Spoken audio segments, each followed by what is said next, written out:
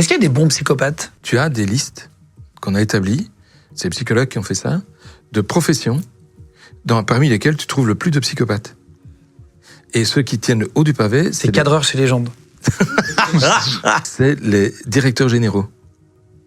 Donc les mecs qui tiennent une grosse boîte, qui sont capables de virer quelqu'un sans état d'âme, etc., ce sont souvent de francs psychopathes.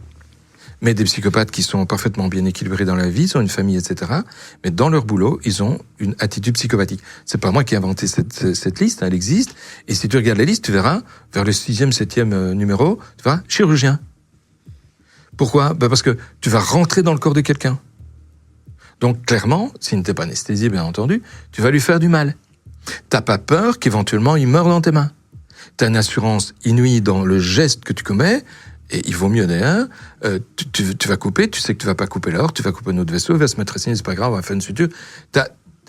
Il y a un véritable esprit psychopathique chez eux, d'après ce qui est décrit. Ça, c'est intéressant, ce classement-là. Et alors, c'est paradoxal parce que tu trouves dans les professions où il y a le moins de psychopathes, les enseignants, bon ça va, mais les médecins.